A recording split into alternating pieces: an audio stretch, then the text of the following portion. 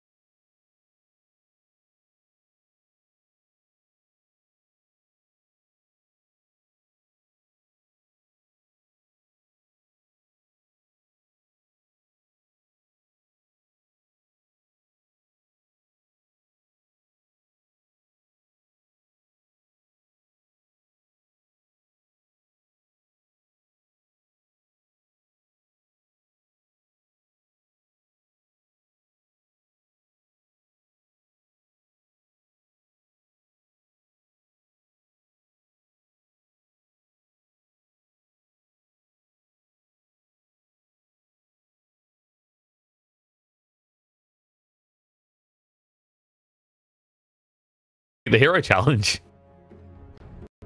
I have to tweet this out. That's hilarious. Is he going to run this off? So I'm wondering if he's going to be offlane again, because KuroKy's been farming an awful lot in the last few games. Could this be a support Darkseer?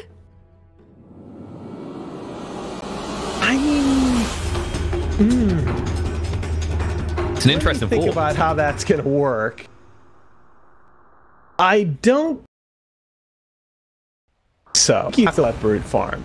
I mean, it's. I'll give them a drubbing they'll not soon appealing, forget. right? What this hero is going to be able to do in the mid game versus that lineup to create space for the aim. I'm just looking at the way they're starting this out. So man goes, so maybe he's going to just commit to try and harass in the mid lane, because you see this, the Terrorblade. Nisha's going to go mid. We quite often see this being effective against the Broodmother because you build double stout. So it looks like Secret are safe against the Brood threat in every lane, actually, because Sand King handles it well as well with the Caustic Finale. Well, again, but when you say so, okay, and here's the big difference, right? You say safe against the Brood threat, right? I think Brood's going to farm, but the big thing is that Terrorblade, when Brood dips back into his jungle, if he's doing badly in lane, Terrorblade's happy to do the same thing. Terrorblade's a hero that he can farm the jungle with no items at level 5 fairly efficiently. Like that's one of the big underestimated strengths of this hero, and unless you have a lineup that can contest that, it's really very difficult to hold this hero down. It should be pointed out, by the way, that it seems like Liquid have taken a note out of the Secret Yapzor book, right? We've seen him just farming jungle constantly a lot of the time through the early mid-game, whereas you look on the side of Liquid, between the Darkseer, the Broodmother, most of these heroes can just fall back to the jungle and farm. But doesn't this TB just get absolutely destroyed in lane by Dazzle? He should, because he's got a low HP pool and you're up against the Poison Touch. We've seen what it actually done to a hero that has a way of might getting some of that damage when it was the Visage. And that is like super scary, because you want to talk about a hero that can just go own the enemy jungle. Dazzle is so freaking annoying. Absolutely is, and the blocks relatively even. Nisha has a slight advantage, but he's gonna have to come down into the sights of the range here. There we go. It's like, you got a Metamorphosis, don't hesitate, go straight for it. Yeah, absolutely. You have to, especially in this matchup with the Dazzle, that is so key. He gets the 9 on the first range creep. You've got to try and win the first couple of waves, I think, in this lane. And this is going to be maybe a true try lane here on bottom. That's what I'm thinking. KuroKy's on the way down. He sees the Metamorphosis used. That's just, I think he was going to hang around and try and force it originally was the idea. Instead, he'll just come down here, poke Yapzor a little bit, but it'd be interesting. What's Brew going to do, though? I just don't know what he's going to do with this. I mean, he'll harass Rubik a little bit. In fairness, Yapzor would usually be a slow-moving hero if it wasn't for these boots pick up straight away. This is... I'm looking right now. Miracle. Yeah, that's very bold. I wouldn't recommend right now. I feel like Secret definitely has advantage in a tri-lane scenario, even after the changes to Chilling Touch. That's not what I'm looking at. I'm looking at the AoE stun that is a lot more reliable than anything that Liquid have right now. Oh, look at that. The stun's coming into effect. All right, KuroKy does get low. Fine. the Brood's actually going to have a ton of sustain here, right? Yeah, most definitely. It could be annoying. And I guess GH is pretty decent, right? The out-time 3 targets with the Astral Titan. It's going to be very intriguing to watch this unfold because usually, like we said, we give this advantage to the Side Secret because of the old Ancient Apparition, but now it's this single target, only you do it scenario with Chill and Touch. It's a very different scenario. So I think this could actually be pretty cool here, right? That what you do is you play this lane up and you try and control your own jungle. And oh no! My God! Matumba, man! No! He gets a solo kill onto a Terrorblade. Oh, Nisha's life is so... That is a kill that shouldn't be happening. I mean, we're so busy theory crafting this bot lane because it's an enigma, right now. We haven't seen this sort of thing before, but we'll see it go to a little bit of action here. KuroKy gets stunned up because at mid one, stacking up the back of the D.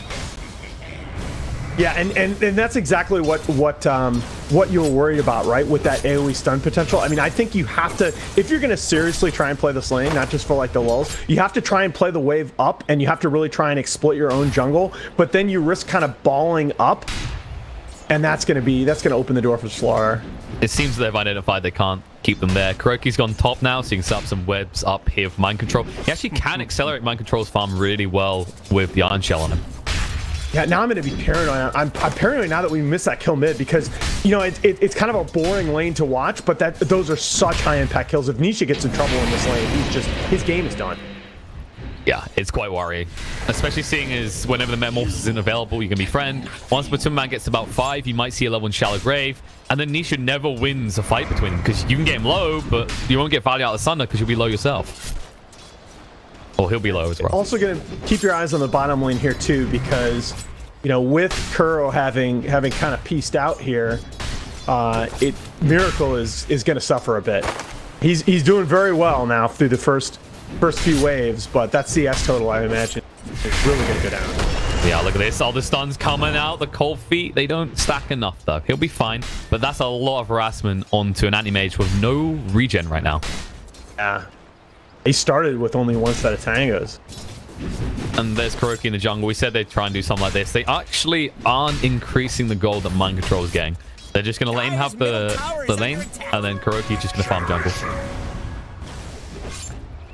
Yapsor coming in back in here, but he's level 1. I'm not really sure what he's going to do. Well, they'll do this. GH has been found. The cold feet will proc. Gonna get another stun. Wow. There it is. Uses the lift to guarantee the cold feet. Yep, another stun comes through. Fade Bolt to ensure the kill. Doesn't quite have enough time to get out the stomp, secure his own retreat. Nicely done. This aggression proving value, and the change to Slardar with the Back to the Deep now makes you able to set up kills consistently. Look at this darks here, by the way. Mind Control just does not care. He's got 40 CS. Look at his level. Level 6. I mean, what? He's a higher level than the mid. Oh, Nisha. Oh my God. Oh, he's coming in. Oh, the surge on the Nisha. He actually can't get away from this. The body blocks are coming in effect when the phase effect runs out from the surge. And there you go. See you later. Oh, this Terrorblade doesn't have a right game. Now. You feel bad for a TV. Wait, did you ever think you'd use those words, Alan? No, but like, I mean, I'm kind of a closet Nisha fanboy. Like, I really liked him last year on Kingwin. I thought he was doing a lot of really cool things in the carry position that didn't get recognized. And so I really wanted him to see him succeed with this team. But this is just a game that he's going to be miserable. And, you know, they're making Miracle's life pretty miserable now, but it just doesn't feel like the same impact.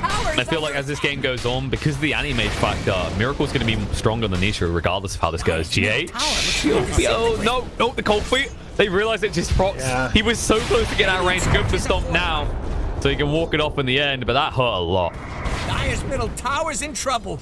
I mean, just you're looking at this pressure on the bottom lane as Liquid, and you kind of don't care because you're gonna own the left side of the map, and the amount of space that you can create in the 10 to 20 minute window is just, it's absurd.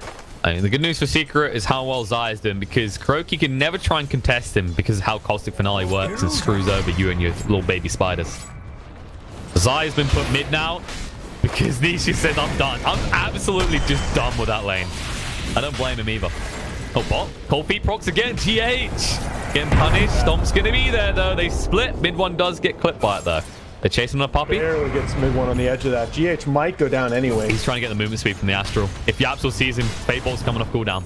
He can't reveal. A Miracle had to back off. He didn't want to risk getting stunned. Mid one moving in. Doesn't have any mana though. Dukes the Sun a couple times, cancels. Yep. There you go. Mid one needed one more tap and he would actually have GH, but instead he throws down a Miracle. Oh, top. Yeah, put that. They found Nisha. Mind control. He gets a solo kill. Come on, let the kid play Dota. But that's the thing. It's really telling how Liquid are approaching this game. There have been 0 TP support rotations to this bottom tier 1 tower. They're consistent to sack Miracle. That does not happen often, but I think it's absolutely the right decision in this game. I think we've seen it already going to affect these Agi heroes. The rate of coming online, shall we say, it's accelerated compared to the last patch. Yeah. So yes, you maybe get a Battle Fury a little bit late, but the catch-up speed is going to be just absurd. Top. Kroki's been seen. Zai can't do this alone. Yapsel's on his way across. Kroki needs to make this escape. Fate Bolt doesn't do enough damage. He'll be fine. A little bit too close of a comfort though. He's just gonna hang out. Oh, mid. Mind control is doing whatever he wants. Cold Feet will not proc either. Oh, I need Surge. Oh, Puppy? What's he doing? He reveals himself and Mind Control just running. No, the Thunder comes out. Each other's stage. The Cold Feet, Mind Control. Are they going to get him? Nope. Cold Feet doesn't proc. He's going to go for the Surge and run away. He wastes the time of Nisha as well, though, so he's happy with that.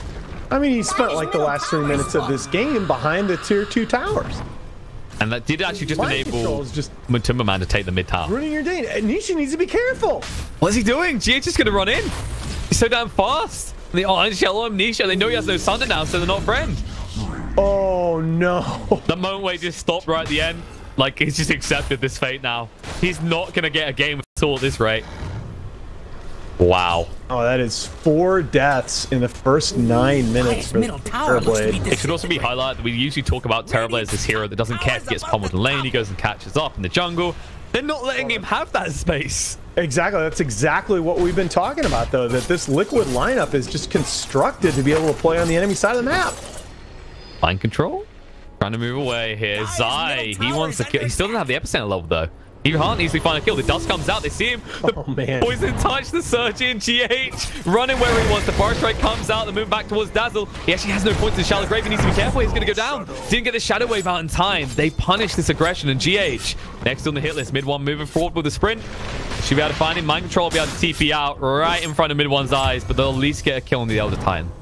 Yeah, you don't get quite the XP that you used to for that, right? Because they moved the XP bonus bounties from level to kill streak, but you still get a lot of XP from killing the level 9 Dazzle there. It's really going to help your supports. Dire's top Absolutely, but I think the problem for Secret is they're being forced to take their eye off the ball. The ball that they need to watch, because it's going to go in your goal at this rate, and that's Miracle on Sandy Mage. He's caught up, 58 CS.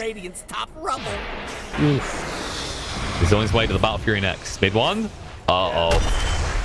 Oh no, he misses the ring crush. Dodges out the Storm just enough movement speed, but they're going to move forward anyway. They want this. Miracle. Mana Void. Oh, they aren't going to get him yet, but the Poison Touch will finish him off. They throw an additional one just to make sure, as you do find them stacking. That's the thing that actually you have to highlight. The Poison Touches do stack. People sometimes forget this. Radiant are scanning enemies. That skill at max level. Yeah, you can flame the Tummelman for dying because he didn't have a point in Grave a minute ago, but I mean Dazzle's other 2 spells at level 4